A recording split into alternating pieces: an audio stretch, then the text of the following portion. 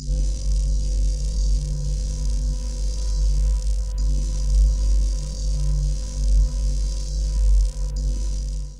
Legend of Zelda Skyward Sword was the first game in the timeline that started it all. Even though there might have been events before the game that seems to have been forgotten in time. Before Hyrule's existence, there already was a large civilization growing up on the surface, with their own cultures and preferences.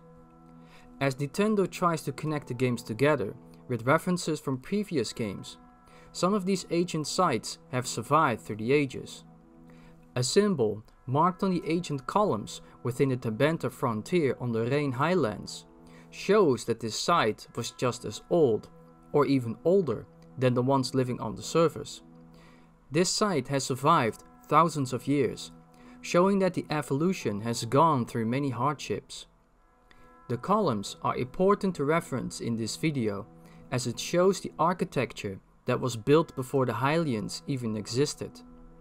This architecture was inspired by the real-life Greeks and Romans that shared a common architecture in real life.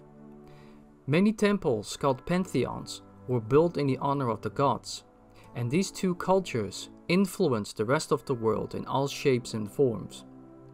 These pillars throughout the years in different cultures are risen to keep up these mighty constructs through time, or they have legends written around the pillars to never forget who once lived here. Unfortunately, Calamity Ganon ruined Hyrule time and time again, and eventually the lands and its people had to pay the price for it. Many structures did not survive this ordeal, which we have seen in Breath of the Wild, while other important landmarks like the springs did.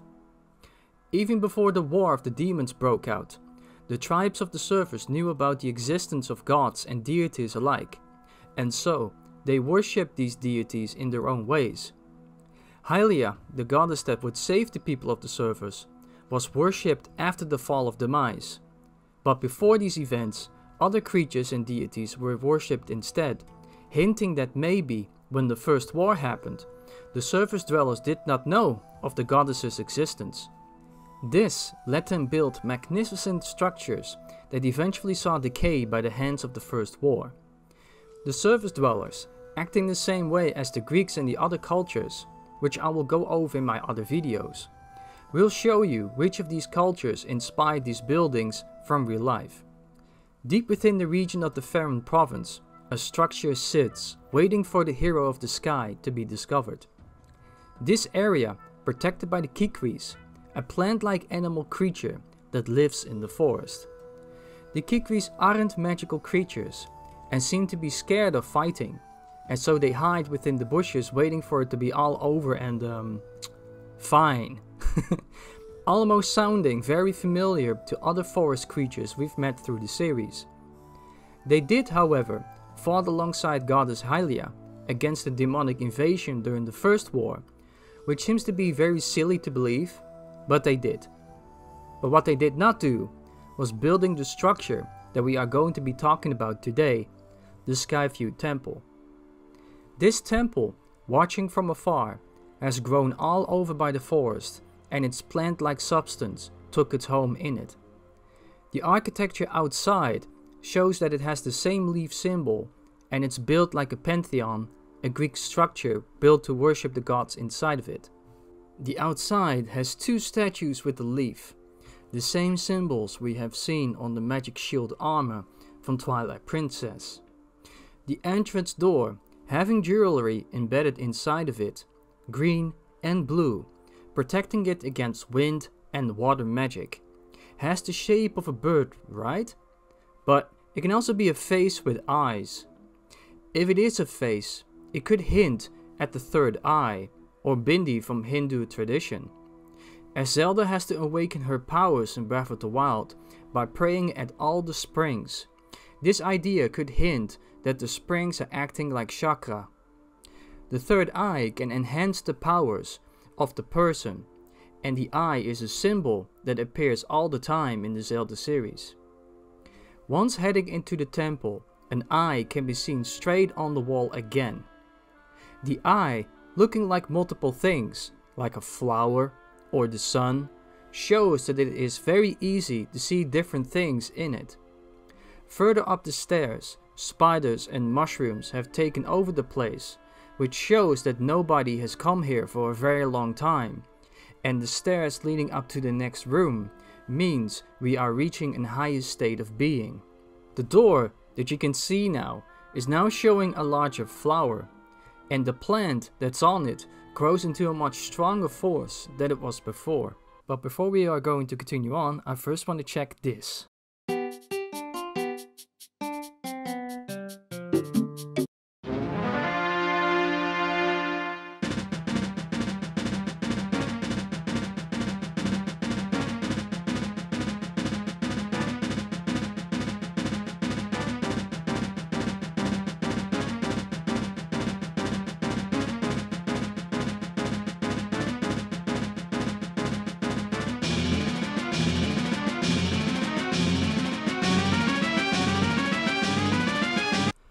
Subscribe, man, come on.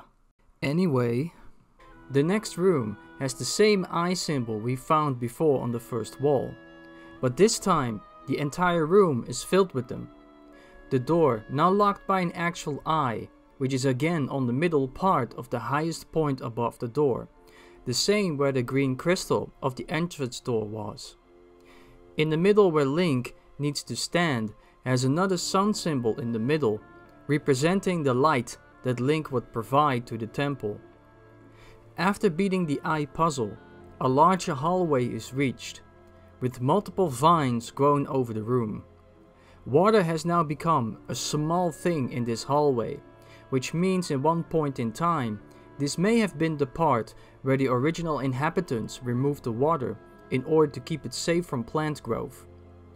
It acts like a sewer to drain overflowing water or to give water to the plants outside. The middle of the room has another sun symbol, possibly meaning that the original creators stood here to worship the light and the sun that was provided to them by the gods. More rooms in this area look quite a lot like one another, infested with mold, spiders and their webs, smaller bridge and passageways, and flooded rooms that are connected to the other parts of the sewer. Eventually, we managed to get to the most important room of the temple, the main area of the structure. Here we see tons of statues of birds standing in a circular formation, but right in the middle we see that a large bulky structure stands in the sunlight, with small wings on the sides of it. I have not seen anyone really talking about this ancient build, but the same symbols we found in Breath of the Wild are carved on this build as well. This means that the pillars of the ancient columns are built by the same people that built the Skyview Temple, which also means that all the ruins scattered around the map of Breath of the Wild are also built by the same people, in that specific age, which was before Skyward Sword. It shows that when thinking about it, the Hylians are not the original inhabitants of what became Hyrule eons later, but rather offspring from them. They could also, however, connect to the Zonai, but not coming from the Zonai, but rather two tribes, the ones that became the Hylians and the ones becoming the Zonai, living side by side. In real life, this was something that has happened countless times. Europe, before it was known as Europe, had a multitude of tribes living next to each other, having many wars and alliances with one another. Over time, these tribes eventually settled in the places that they called their homes, but some tribes got overthrown and conquered, either vanishing from the face of the earth or joined these conquerors in exchange for all kinds of things, like military help for example. The people before the Hylians could easily have been somewhat like the Greeks first, before they eventually became as advanced as they are today. The structure to me, together with the idea of nature and plants, gave the idea of a planted seed standing in the middle of the sunlight. But at the same time, the structure has been built to look into the sky, as the temple is called Skyview Temple after all. So this is what I think happened during the First War. The first people, having the lands populated, built entire structures to guard and to worship the Holy Triforce. Skyview Temple wasn't built around this time yet. The First War started to happen after demonic forces started a slowly invasion of the lands unknown to us. The first people got attacked by these demons, but like wars do, they take time, like we see in Breath of the Wild. The first people slowly vanished from the earth as the demons were hunting them down one by one. During the war, the first people worshipped the gods, hoping that something would have been done to take care of them.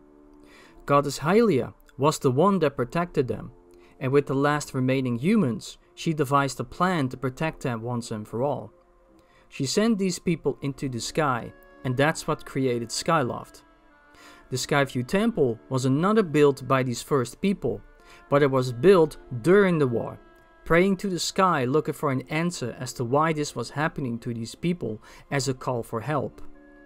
As the build has been created as a dome structure, it could have been used to keep track of time as an ancient sun clock, as the build has a large room inside of it which contains another large sun symbol in the middle of it. It's here where you find the Stalfos mini-boss, but also contains the beetle item after the fight as the temple's treasure. This beetle item makes sense with the theme of the temple, an insect-shaped item deep in the forest, but this item will most likely appear again but in Tears of the Kingdom. As Breath of the Wild heavily references Skyward Sword, concept art of Breath has shown us that they have been thinking of a beetle power that can be shot from the arm. As the gauntlet power does happen in Tears, as we have seen the one with Dragon's Fire Breath, it could easily make its return. The beetle item was created by the same inventor that created the robots in the desert mining facilities. I know that it is, as the LD-301 series told Link that it appears to be an older model of Leineru's fabrication. It is interesting how the beetle got in the Skyview Temple, and what is even more interesting is that the desert in Skyward Sword was once a giant large forest once you play around with the time shift stones. Both seem to be enforced in present and past times, but I will go over this in another video when it comes down to the mines, so stay tuned for that. During the course of the temple, Link manages to the final part of the temple, but it is here that we see that it was the first part that was built. The entire room, broken down, rubbled and overgrown by large vines, means that the forest took over this time. It's a shame to see that this entire part broke down into pieces, and that is very easy to see. Unfortunately, this entire temple has fallen into disarray when playing Breath of the Wild. Instead, the Skyview Spring that is located here is now guarded by a giant dragon head filled with broken Zonai pillars and structures in the environment.